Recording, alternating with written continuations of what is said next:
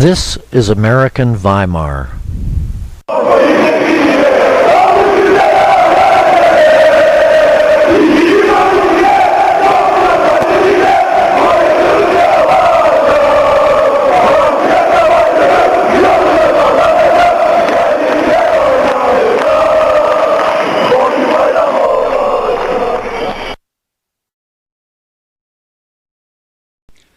I'm Dennis Weiser. There are three governing conditions of globalization. Number one, profit maximizing trumps all other social and humane values. Two, globalization equals ever-increasing competition for ever-shrinking market share. And three, capital, that is money, wealth, resources, capital is finite. Now, Secretary of Labor Robert Reich thinks the capitalist economic system is basically healthy and resilient. I do not, especially as it is currently constituted. While I agree with much that Reich has said, written, and defended with respect to the economy, as long as these three conditions hold, namely profit maximizing as the trump value, the only one that counts economically speaking, two, capital is finite, and the Scylla and Charybdis of globalization, namely ever-increasing competition for ever-shrinking market share, as long as these fundamentally define global economics, no way is the economy healthy or resilient. Former Texas Agriculture Commissioner Jim Hightower is a fierce critic of multinationals and corporate abuse generally. I heard him mention that the original Boston Tea Party was directed against the British East India Company, an early multinational. So how come Sarah Palin and that Tea Party crowd only complain about government abuses of power? Is it possible they don't know their own history? As Annie Leonard points out in The Story of Stuff, the reason the picture of big business is so much bigger than the picture of government is that, well, big business is bigger than government. In Gangs of America, Ted Nace meticulously chronicles how the steady growth in corporate powers and the acquisition of expanded constitutional rights, eclipsing even those available to people, has disabled our democratic institutions. In Table 7.1, Nace contrasts the classic corporation before 1860 and the modern corporation after 1900 with regard to 9 superpowers. And he provides concise descriptions of Supreme Court decisions relevant to his argument about expanded corporate rights and powers. Where did the money go? Well, for starters, there was Ronald Reagan's disastrous war on drugs, going on year 24 with no sign of abating.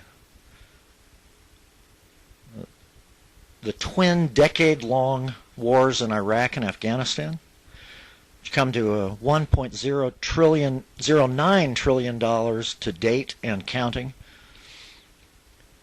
MNCs profits are difficult to assess, but the top 4 grossing oil cartels, ExxonMobil, Chevron, Shell, and ConocoPhillips, combined profits average $100 billion a year. BP earned profits of $16.6 billion in 2009 alone. Corporate welfare cost U.S. taxpayers $87 billion a year.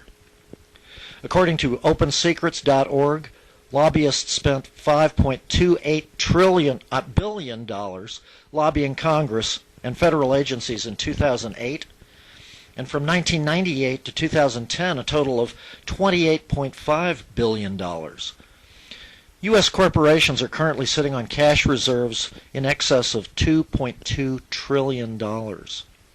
According to Citizens for Tax Justice, by exploiting tax loopholes, the use of transfer pricing between foreign and domestic holdings, and outright fraud, deliberate tax evasion by multinational corporations cost the U.S. Treasury and the American people between $15 and $20 billion a year.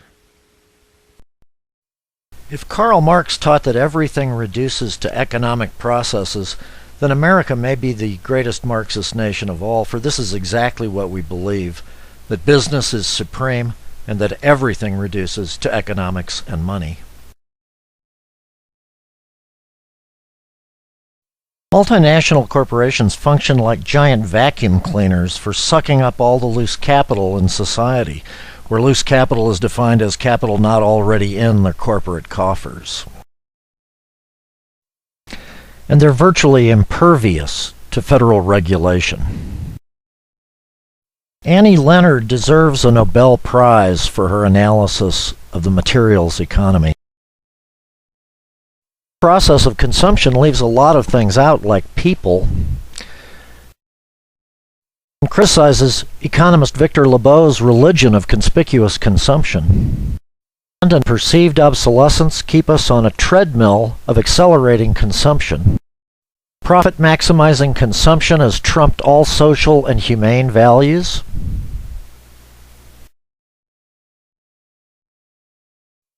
Trashed the third world.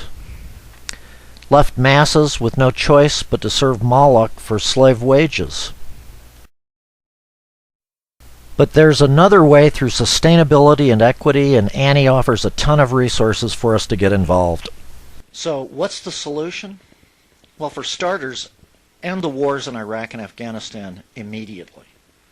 The rationale?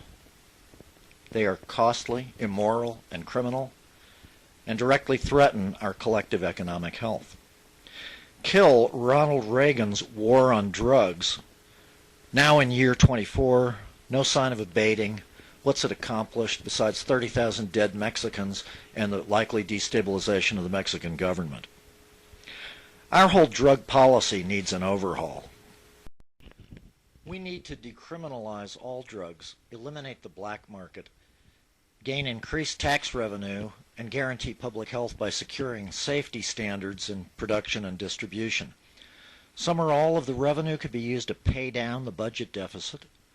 Dangerous drugs, heroin, crack, or methamphetamine, could be taken offline, either by assigning a price that no one can afford, say $10,000 for a single hit or high, or else just not producing it at all.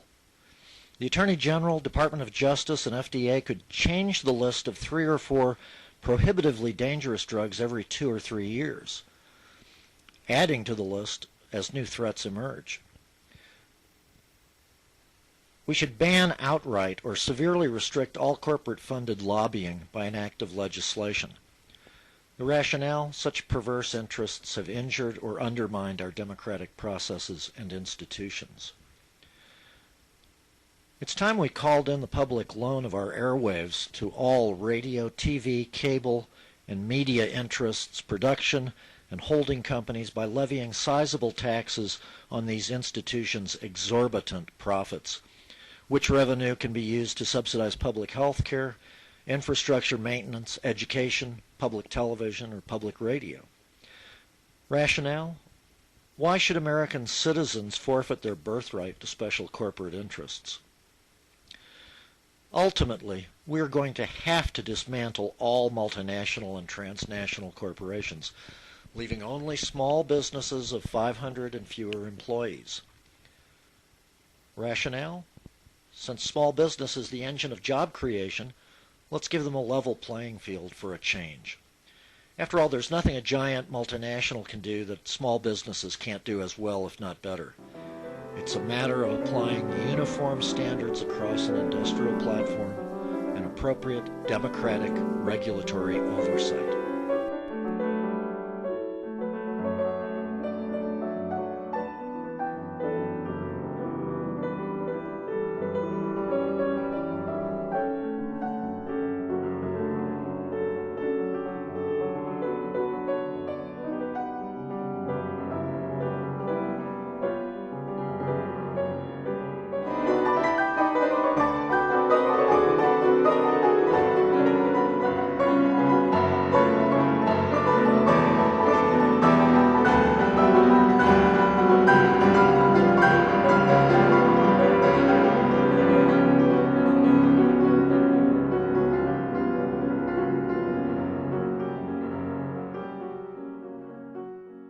This is American Weimar.